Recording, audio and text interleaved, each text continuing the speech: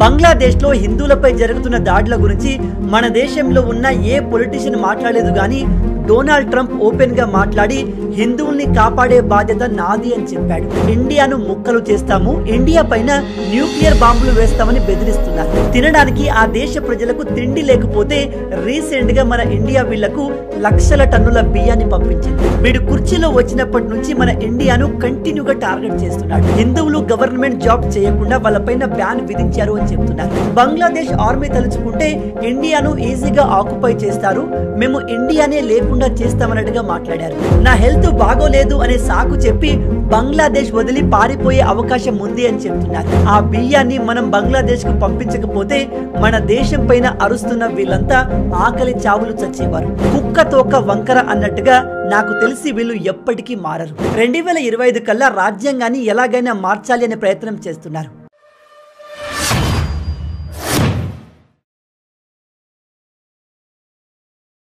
మొహమ్మద్ యూనస్ ఈ అమెరికన్ పెంపుడు మనిషి ప్రజెంట్ బంగ్లాదేశ్కి ప్రైమ్ మినిస్టర్గా ఉన్నాడు అనే విషయం మీ అందరికీ తెలుసు. వీన్ని ఆ దేశ ప్రైమ్ మినిస్టర్గా ప్రజలు ఎన్నుకోలేదు. ఆ దేశంలో ఏర్పడ్డ ఎమర్జెన్సీ కారణంగా షేక్ హసీనా ఆ దేశం నుంచి బయటకు వెళ్ళిపోతే వీన్ని ఆ దేశ మిలిటరీ ఇంటరిమ్ ప్రైమ్ మినిస్టర్గా అంటే తాత్కాలిక ప్రైమ్ మినిస్టర్గా ఎంచుకుంది. కానీ వీడు మాత్రం తనను తాను ప్రజల ద్వారా ఎన్నికైన ప్రైమ్ మినిస్టర్ అనుకుంటున్నాడేమో కానీ వీడు కుర్చీలో వచ్చినప్పటి నుంచి మన ఇండియాను కంటిన్యూగా టార్గెట్ చేస్తున్నాడు. అయితే షేక్ హసీనా ఆ దేశం నుంచి ఎందుకు పారిపోయింది? ఆ దేశంలో ప్రజెంట్ ఏర్పడ్డ పరిస్థితుల వెనుక అమెరికా ఏమేం చేసింది? వీడు ఆ దేశ ప్రైమ్ మినిస్టర్ అవడం వెనుక ఎవరున్నారనే విషయం మీ అందరికీ తెలిసే ఉంటుంది. ఈ టాపిక్ పైన నేను చాలా వీడియోస్ కూడా చేశాను. అయితే ఇప్పుడు తాజాగా తెలుస్తున్న విషయం ఏమిటంటే ఈ మొహమ్మద్ యూనస్ కూడా బంగ్లాదేశ్ నుంచి పారిపోయే అవకాశం ఉంది. బంగ్లాదేశ్ సోషల్ మీడియాలో ఈ న్యూస్ వైరల్ అవుతుంది. చాలామంది బంగ్లాదేశీ జర్నలిస్టులు ఈ విషయాన్ని క్లెయిమ్ చేస్తున్నారు. మీరు ఇక్కడ ఆర్టికల్లో చూడొచ్చు.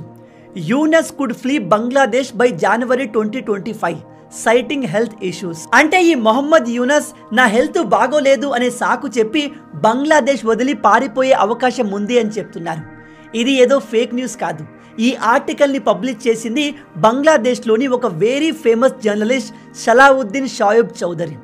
ఇతను బంగ్లాదేశ్ ఇంటర్నల్ ఇష్యూస్ గురించి ఆ దేశ ఎక్స్టర్నల్ అఫైర్స్ గురించి చాలా ఎక్స్టెన్సివ్గా న్యూస్ని పబ్లిష్ చేస్తూ ఉంటాడు. అయితే ఇతను చెప్పేది ఏమిటంటే ప్రజెంట్ బంగ్లాదేశ్ని రూల్ చేస్తున్న ఈ మొహమ్మద్ యూనస్ నా వయసు పెరిగిపోయింది, నా హెల్త్ బాగోలేదు అని చెప్పి బంగ్లాదేశ్ నుంచి సడన్గా పారిపోయే అవకాశం ఉంది అని చెప్తున్నాడు. అలా ఎందుకు అంటే ప్రజెంట్ బంగ్లాదేశ్లో ఇంటర్నల్ పరిస్థితులు బాలేవు. ఇక్కడ ఇంటర్నల్ అంటే ప్రజల పరిస్థితి కాదు, పొలిటికల్ పరిస్థితి సరిగా లేదు. అయితే అసలు ఈ బంగ్లాదేశ్లో ఏం జరిగింది? అక్కడి ఫేమస్ జర్నలిస్టులే ఈ మొహమ్మద్ యూనస్ పైన ఇలాంటి ఆర్టికల్స్ని ఎందుకు పబ్లిష్ చేస్తున్నారు? ఈ యూనస్ బంగ్లాదేశ్ నుంచి ఎందుకు పారిపోవాలి అనుకుంటున్నాడు? ఈ విషయాలన్నింటినీ మనం ఈ వీడియోలో క్లియర్గా డిస్కస్ చేద్దాం. కానీ అంతకన్నా ముందు మీ అందరికీ ఒక చిన్న రిక్వెస్ట్. మేము చేసే ఈ వీడియోస్ కాస్త రిస్కీ.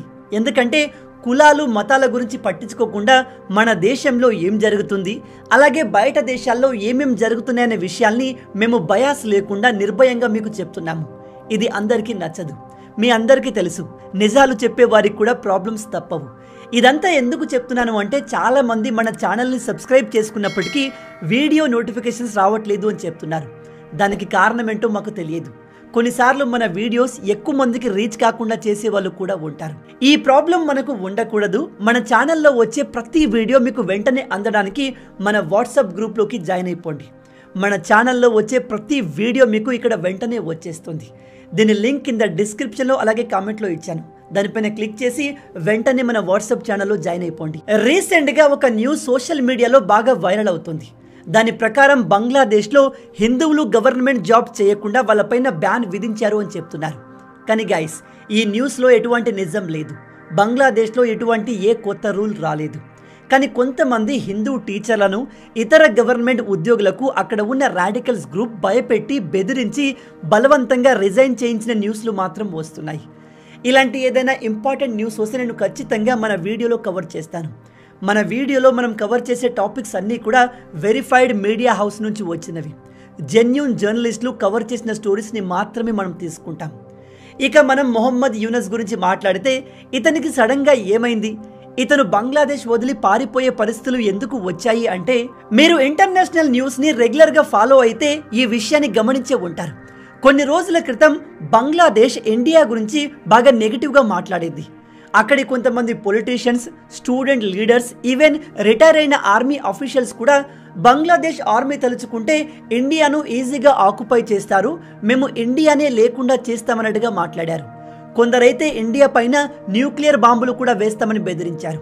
చాలా బాధాకరమైన విషయం ఏమిటంటే, అక్కడ చదువుకున్న బంగ్లాదేశ్ యువత కూడా వాళ్ళ దేశానికి ఎంతో సహాయం చేసిన మన భారతదేశపు జెండాను అవమానించారు. కానీ ఇప్పుడు సడన్గా ఆ దేశ అఫీషియల్స్ టోన్ మారిపోయింది. నోటికి వచ్చినట్టుగా మన దేశం గురించి వాగిన అక్కడి ఆర్మీ అఫీషియల్స్ అండ్ ఇతర పొలిటీషియన్స్ ఇప్పుడు మన దేశం గురించి పాజిటివ్గా మాట్లాడుతున్నారు, కాస్త తగ్గి మాట్లాడుతున్నారు. ఇప్పుడు మీలో కొంతమందికి డౌట్ రావచ్చు, అదేంటి బ్రదర్, మొన్నటి దాకా మన మీద నోటికి వచ్చినట్టుగా వాగిన వీళ్ళు సడన్గా మన గురించి పాజిటివ్గా మాట్లాడుతున్నారు, మన పైన ప్రేమను ఒలకబోస్తున్నారు ఎందుకు అని. ఎందుకు అంటే ఇప్పుడు వీళ్ళు రియాలిటీలోకి వచ్చారు. తినడానికి ఆ దేశ ప్రజలకు తిండి లేకపోతే రీసెంట్గా మన ఇండియా వీళ్లకు లక్షల టన్నుల బియ్యాన్ని పంపించింది. నిజం చెప్తున్నాను, ఆ బియ్యాన్ని మనం బంగ్లాదేశ్కు పంపించకపోతే మన దేశం పైన అరుస్తున్న వీళ్ళంతా ఆకలి చావులు చచ్చేవారు. ఇక్కడ మనమంతా గుర్తుపెట్టుకోవాల్సిన విషయం ఏమిటంటే, బంగ్లాదేశ్లో కొంతమంది రాడికల్స్, మూర్ఖులు మాత్రమే మన ఇండియాకు అగెన్స్ట్గా మాట్లాడతారు. కానీ చాలామంది అమాయక జనాలు కూడా ఆ దేశంలో ఉన్నారు. మన దేశానికి సపోర్ట్ చేసే వాళ్ళు కూడా చాలామంది ఉన్నారు. అలాంటి వాళ్ళు ఆకలితో అలమటిస్తుంటే మనం ఎలా చూస్తూ ఊరుకుంటాం? అందుకే మన ఇండియా దాదాపు 2 లక్షల టన్నుల రైస్ని బంగ్లాదేశ్కు పంపించింది. కానీ ఇక్కడ సాడ్ రియాలిటీ ఏమిటంటే, మన ఇండియా ఈ బంగ్లాదేశ్ వాళ్లకు ఎంత హెల్ప్ చేసినా అక్కడ ఉండే పాలకులు, పొలిటీషియన్స్ అండ్ ఇతర మిలిటరీ వాళ్ళ బుద్ధి మాత్రం మారదు. కుక్క తోక వంకర అన్నట్టుగా నాకు తెలిసి వీళ్ళు ఎప్పటికీ మారరు. ఈ విషయం ఎందుకు చెప్తున్నాను అంటే, మీ అందరికీ తెలుసు, గత 4-5 నెలల నుంచి బంగ్లాదేశ్లో ప్రతి మీడియా, ప్రతి పొలిటీషియన్, ఈవెన్ స్టూడెంట్స్ కూడా ఇండియాకు అగెన్స్ట్గా మాట్లాడుతున్నారు. ఆర్మీలో పనిచేసి రిటైర్ అయిన అఫీషియల్స్ కూడా ఇండియాను ముక్కలు చేస్తాము, ఇండియా పైన న్యూక్లియర్ బాంబులు వేస్తామని బెదిరిస్తున్నారు. ఇలాంటి న్యూస్ బయటకు వచ్చినప్పుడు ఆ సమయంలో ఈ ఆర్మీ చీఫ్ బయటకు వచ్చి ఇండియా గురించి ఇలా ఎందుకు మాట్లాడుతున్నారు, మనం ఇండియాకు అగెన్స్ట్ కాదు, ఇండియా మనకు అనేక సార్లు హెల్ప్ చేసింది అని చెప్పొచ్చు కదా. కానీ వీడు అప్పుడు ఈ విషయాన్ని చెప్పలేదు. కానీ ఇప్పుడు దేశంలో తినడానికి తిండి లేకపోయేసరికి అండ్ రీసెంట్గా కొంతమంది మయన్మార్ మిలిటెంట్ గ్రూప్ బంగ్లాదేశ్ బార్డర్లోని చాలా ప్రాంతాల్ని ఆక్యుపై చేసుకున్నారు. దాంతో మయన్మార్ నుంచి రావాల్సిన బియ్యం వీళ్లకు రావట్లేదు. ఇక వీళ్లకు హెల్ప్ చేయడానికి మన ఇండియా తప్ప వేరే దిక్కే లేదు. దాంతో వీళ్ళు నోటికి వచ్చినట్టుగా మదంతో మన దేశాన్ని తిట్టి చివరికి సిగ్గు లేకుండా మాకు తినడానికి తిండి లేదు పంపించండి అని చెప్పి మనల్ని అడుగుతున్నారు. మన ఇండియా కూడా వాళ్ళు చేసిన తప్పుల్ని క్షమించి 2 లక్షల టన్నుల బియ్యాన్ని పంపించింది. ఈ బియ్యం వాళ్ళకు అందేసరికి ఇప్పుడు టోన్ తగ్గింది. ఒళ్ళు దగ్గర పెట్టుకొని ఇండియా గురించి పాజిటివ్గా మాట్లాడుతున్నారు. కానీ ఈ పరిస్థితి రాకపోయి ఉంటే వీళ్ళు ఇప్పటికీ మనపైన అరిచేవారు, మనకు అగెన్స్ట్గా మాట్లాడేవారు. ఇక మొహమ్మద్ యూనస్ గురించి మాట్లాడితే, ఇతని పైన బంగ్లాదేశ్లోని ఇంటర్నల్ పొలిటికల్ ప్రెజర్ భారీగా పెరుగుతుంది. ఆ ప్రెజర్ ఏమిటంటే, ప్రజెంట్ బంగ్లాదేశ్ ఫాలో అవుతున్న రాజ్యాంగాన్ని 1972లో తయారు చేశారు. దాని ప్రకారమే అక్కడి ప్రభుత్వం నడుస్తుంది. ఈ రాజ్యాంగానికి మూలకర్త షేక్ ముజిబుర్ రెహమాన్. ఇతన్ని ఫాదర్ ఆఫ్ బంగ్లాదేశ్ అని కూడా చెప్తారు. ఇతని కారణంగానే ఆ దేశానికి స్వాతంత్రం లభించింది. కానీ బంగ్లాదేశ్లోని నాయకులు, కొంతమంది ప్రజలు ఎంతటి దుర్మార్గులు అంటే, తమ దేశానికి స్వాతంత్రం కోసం పోరాడిన ఈ షేక్ ముజిబుర్ రెహమాన్ని ప్రజలు హేట్ చేసేలా చేస్తున్నారు. రీసెంట్గా ఇతని విగ్రహాన్ని కూలగొడుతున్న వీడియోస్ కూడా చాలా వచ్చాయి. అండ్ ఇతని కూతురే ఈ షేక్ హసీనా. ఈ షేక్ ముజిబుర్ రెహమాన్ ప్రకారం బంగ్లాదేశ్ ఒక సెక్యులర్ కంట్రీ. ఆ దేశంలో మెజారిటీగా ముస్లింలే ఉన్నప్పటికీ ఆ దేశంలో అన్ని మతాల వారు ఉండవచ్చు, అన్ని కులాల వారు స్వాతంత్రంగా జీవించవచ్చు. అయితే ఇప్పుడు ఈ షేక్ హసీనాకు అగెన్స్ట్గా ప్రొటెస్ట్ చేసిన ఈ స్టూడెంట్ లీడర్స్ అందరూ, నిజం చెప్పాలంటే వీళ్ళు స్టూడెంట్ లీడర్స్గా చెప్పబడుతున్నారు. కానీ వీళ్ళు ఉగ్రవాదుల కంటే తక్కువ కాదు. ఎందుకంటే వీళ్ళు తమ దేశంలో ఉన్న ప్రధానమంత్రిని దేశం నుంచి పారిపోయేలా చేశారు. అండ్ ఈ మొహమ్మద్ యూనస్ గానికి హెల్ప్ చేసి ప్రైమ్ మినిస్టర్ని చేశారు. వీడు ప్రైమ్ మినిస్టర్ అయ్యాక ఆ దేశాన్ని ఎలా భ్రష్టు పట్టించాడో మీ అందరికీ తెలుసు. అయితే ఈ స్టూడెంట్ లీడర్స్ అందరూ బంగ్లాదేశ్ పాత రాజ్యాంగాన్ని కంప్లీట్గా తొలగించి ఆ దేశాన్ని కంప్లీట్ ముస్లిం దేశంగా, ఒక రకంగా పాకిస్తాన్ లాగా మార్చాలి అని కొత్త రాజ్యాంగం తెచ్చే ప్రయత్నం చేస్తున్నారు. ఈ విషయాన్ని నేను చెప్పట్లేదు, బంగ్లాదేశ్ మీడియానే చెప్తోంది. అయితే ఈ student leaders and Muhammad Yunus కలిసి ఆ దేశ రాజ్యాంగాన్ని డిసెంబర్ 21, 2024 వరకు మార్చేయాలి అనుకున్నారు. కానీ అది జరగలేదు. కాబట్టి వీళ్ళు నెక్స్ట్ జనవరి 15, 2025 కల్లా రాజ్యాంగాన్ని ఎలాగైనా మార్చాలి అనే ప్రయత్నం చేస్తున్నారు. ఈ రాజ్యాంగాన్ని మార్చే ప్రాసెస్ ఏదైతే ఉందో అదే మొహమ్మద్ యూనస్కి పెద్ద సమస్యగా మారింది. ఎందుకంటే దేశ రాజ్యాంగాన్ని మార్చడం అనేది చిన్న విషయం కాదు. ఎవరో స్టూడెంట్ లీడర్ సపోర్ట్ చేస్తే మనోడు ప్రైమ్ మినిస్టర్ అయ్యాడు, అంతేగాని ప్రజలు సపోర్ట్ చేస్తే కాలేదు.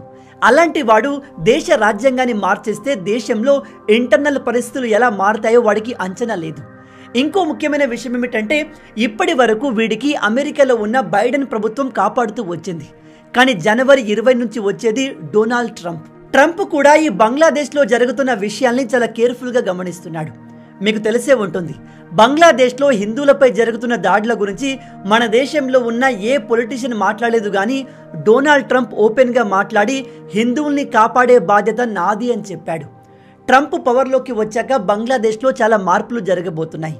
అండ్ బంగ్లాదేశ్లో ఇంతటి దారుణాలకు తావిచ్చిన ఈ యూనస్ గాడి పరిస్థితి ఘోరంగా మారబోతుంది. ఒకవైపు బంగ్లాదేశ్ రాజ్యాంగాన్ని మార్చమని అక్కడి స్టూడెంట్ లీడర్ ప్రెజర్ చేస్తున్నారు. మరోవైపు ట్రంప్ బంగ్లాదేశ్ని కేర్ఫుల్గా గమనిస్తున్నాడు. దాంతో ఏం చేయాలో అర్థం కాక మొహమ్మద్ యూనస్ ప్రెజర్లో పడిపోయాడు, సతమతం అవుతున్నాడని చెప్పి అక్కడి జర్నలిస్టులు చెప్తున్నారు. అందుకే ఇప్పుడు బంగ్లాదేశ్లో ఉన్న టాప్ జర్నలిస్టుల అంచనా ప్రకారం మొహమ్మద్ యూనస్ అన్ని విధాలా ఇరుక్కుపోయి ఉన్నాడు. కాబట్టి ఇతను ఏదో ఒక సాకు చెప్పి బంగ్లాదేశ్ నుంచి బయటకి పారిపోయే అవకాశం ఉంది. బహుశా ఇతను నా వయసు బాగా పెరిగిపోయింది, ఆరోగ్యం సరిగా ఉండట్లేదు, నేను ట్రీట్మెంట్ కోసం వేరే దేశానికి వెళ్ళాలి అని చెప్పి అమెరికాకు పారిపోయే అవకాశం ఉంది అని చెప్తున్నారు. అందుకే గైస్ 2025 జనవరి మంత్ చాలా ఇంట్రెస్టింగ్గా ఉండబోతుంది. ఒకవైపు డొనాల్డ్ ట్రంప్ పవర్లోకి రాబోతున్నాడు. ఇతను పవర్లోకి రావడంతోనే ప్రపంచవ్యాప్తంగా అనేక మార్పులు రాబోతున్నాయి. అలాగే మన పక్కనే ఉన్న బంగ్లాదేశ్లో అయితే అతిపెద్ద డ్రామా జరగబోతుంది. ఈ మహమ్మద్ యూనస్ ఉంటాడా, పారిపోతాడా? బంగ్లాదేశ్పై ట్రంప్ గవర్నమెంట్ ఎలా రియాక్ట్ కాబోతుంది? ఈ విషయాలన్నీ చాలా ఇంట్రెస్టింగ్గా ఉండబోతున్నాయి. జెన్యూన్గా చెప్తున్నాను, నేనైతే బంగ్లాదేశ్లో పరిస్థితులు ఇంకా దారుణంగా మారకూడదు, ఆ దేశంలో స్టెబిలిటీ రావాలని కోరుకుంటున్నాను. ఎందుకంటే మన పక్కనే ఉన్న దేశంలో ఇన్స్టెబిలిటీ వస్తే అక్కడ ఉన్న కొన్ని రాడికల్స్ గ్రూప్స్, ఉగ్రవాదులు రెచ్చిపోతారు. అక్కడి సామాన్య ప్రజలు ఇబ్బంది పడాల్సి ఉంటుంది. వాళ్ళు అక్కడ బతకలేక చుట్టుపక్కల ఉన్న దేశాల్లో పారిపోయే ప్రయత్నం చేస్తారు. ఆల్రెడీ మన దేశంలో 2 కోట్ల కంటే ఎక్కువగా ఇల్లీగల్ బంగ్లాదేశీలు ఉంటున్నారు. వాళ్ళతోనే మనకు అనేక ప్రాబ్లమ్స్ వస్తున్నాయి. ఇంకా అలాంటి వాళ్ళు మన దేశంలోకి వస్తే బార్డర్ ఇష్యూస్ పెరుగుతాయి. అలాగే మన దేశంలో పరిస్థితులు చాలా మారుతాయి. కాబట్టి బంగ్లాదేశ్లో ఇలాంటి పెంపుడు మనుషులు కాకుండా జెన్యూన్గా ఆ దేశ అభివృద్ధి కోరుకునే వాళ్ళు పవర్లోకి వస్తే బాగుంటుంది. దీని గురించి మీరేమనుకుంటున్నారు? భవిష్యత్తులో బంగ్లాదేశ్ ఎలా ఉండబోతుంది? బంగ్లాదేశ్కి మన ఇండియా హెల్ప్ చేయడం కరెక్టేనా? వీళ్ళు అవసరం వచ్చినప్పుడు మన దగ్గరికి వస్తారు, అవసరం తీరాక మన దేశానికి అగెన్స్ట్గా మాట్లాడతారు, మన శత్రువులతో చేతులు కలుపుతారు. అలాంటి దేశానికి మనం హెల్ప్ చేయడం రైటా, రాంగా? మీ ఆలోచనల్ని కింద కామెంట్లో చెప్పండి. మొత్తంగా ఇవే ఈ వీడియోకి సంబంధించిన పూర్తి విషయాలు. ఈ వీడియో మీకు నచ్చింది అనుకుంటున్నాను. నచ్చితే అలా ఊరికే చూసి వెళ్ళిపోకుండా వీడియోని లైక్ చేయండి. ఈ వీడియోకి నేను మీకు ఇచ్చే లైక్స్ టార్గెట్ 5000 లైక్స్. చాలా ఈజీ, సింపుల్గా చేసేయండి. మీరు కొట్టే లైక్స్కి కింద ఉన్న లైక్ బటన్ పగిలిపోవాలి. అలాగే ఇలాంటి మరిన్ని ఇంట్రెస్టింగ్ వీడియోస్ కోసం మన ఛానల్ని సబ్స్క్రైబ్ చేసి మమ్మల్ని సపోర్ట్ చేయొచ్చు కదా. ఇది మీకు కంప్లీట్లీ ఫ్రీ. కానీ మీరు చేసే ప్రతి ఒక్క లైక్ అండ్ సబ్స్క్రిప్షన్ మాకు మరిన్ని వీడియోస్ చేయడానికి ఒక మోటివేషన్లా ఉంటుంది. కాబట్టి వీడియోని లైక్ చేసి ఛానల్ని సబ్స్క్రైబ్ చేయడం మర్చిపోవద్దు. రాబోయే వీడియోలో ఇంకో ఇంట్రెస్టింగ్ టాపిక్తో మళ్ళీ కలుద్దాం. అంటిల్ దెన్, జై హింద్.